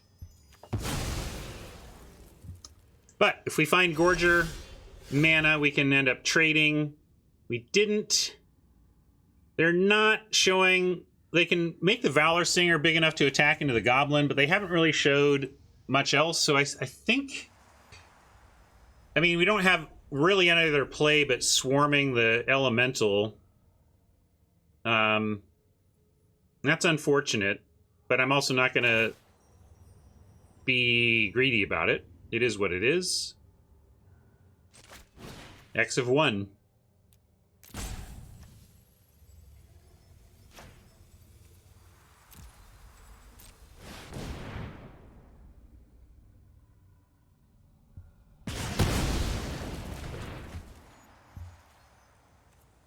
Now we're going to try and stay stable with the Gobbo here, and if not... And again, we have a great hand behind. We can get to it.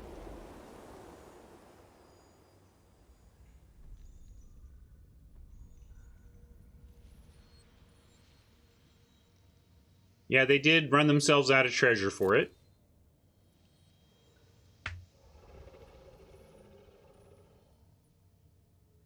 I think they showed us Grim Bounty last time. They don't have that available either yet.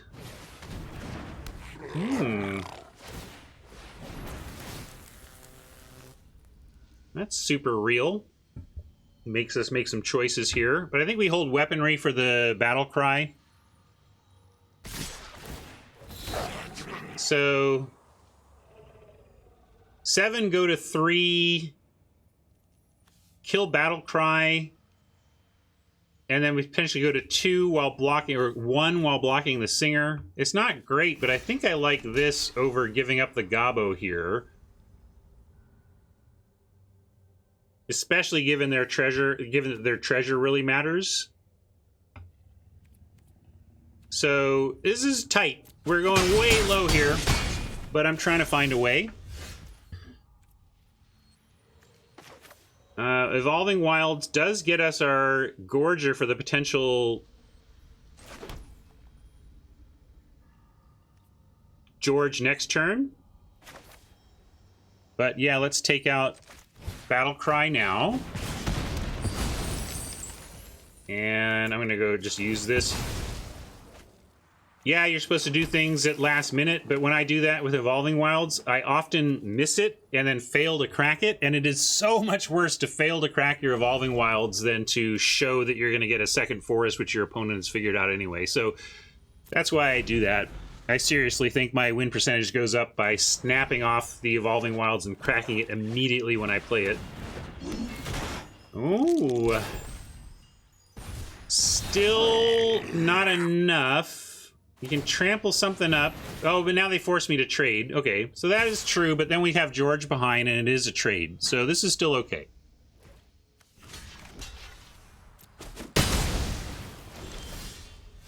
Double George here could be just what the doctor ordered.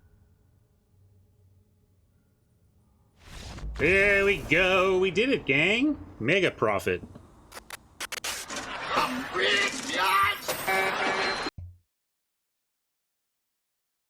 Well, well, well.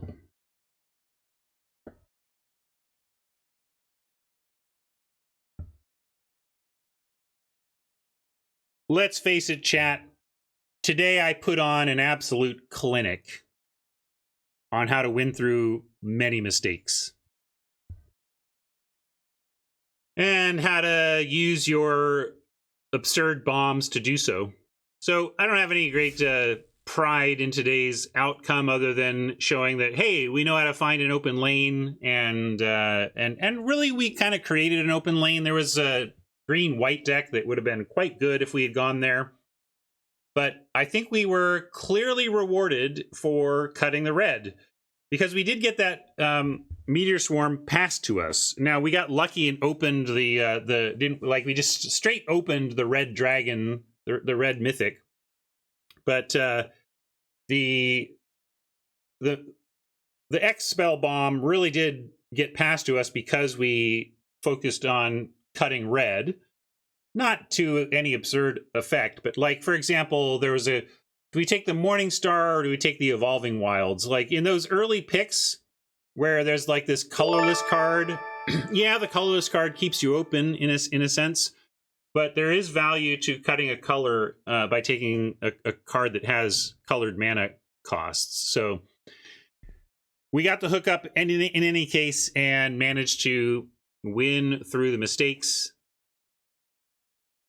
Yeah, Bull Strength. We had some. We were considering playing the Boots over Bull Strength, but I think Bull Strength really showed its strength there, right? The come out of nowhere effect of that card, and really the untapping to do the ambush on defense, plus the trample to get through your creatures on offense, makes that subtly excellent combat trick. I kind of wrote it off at the beginning of the format as just another green combat trick, but it's a step above. It does, and it's a step above because it has effectively a defensive mode and an offensive mode. And when you've got a combat trick that does that, I think that's really nice. It's kind of, I loved what Luis had to say about the 2/3 vampire that drains 2 when it enters, and observing that one of the reasons it's good is that no matter which side of that you want, it's doing something you want. Either you're currently in an aggressive spot where you're trying to close out a game and that vampire does an extra 2, or you're trying to stabilize and gaining the 2 really helps. And so these cards that play both sides of a board state, am I ahead, am I behind? Regardless, this is going to help you in either case. Those end up being very flexible in formats and can do better than they seem. And I think it's interesting. Yeah, both of those cards do that, and both of those cards overperformed from where we thought they were at the beginning of the format.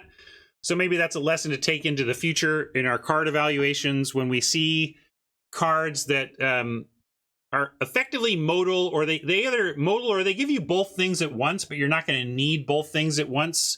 If those both things are on defensive and offensive, it ends up being maybe more flexible than the card reads at first glance. So I'm going to try to keep that in my head in future card evaluations and claim this prize and feel pretty good about managing this 3-0 through my suboptimal stuff. Winning through suboptimal is pretty optimal. Thanks, YouTube friends. We'll catch you at the next draft.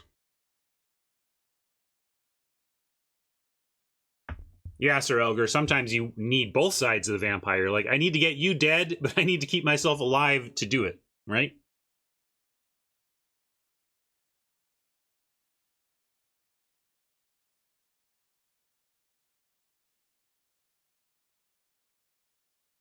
Yeah, we totally had the Marshall deck right here, right? I mean, this is exactly the deck Marshall was saying had been working really well for him. Treasure making, red-green with mid-curve treasure making to enable late-curve awesome sauce. Right on Skull, enjoy your lunch, and we'll catch you later. I think I'm going to take off as well here. It's a little earlier than usual. I guess I could do, maybe there's a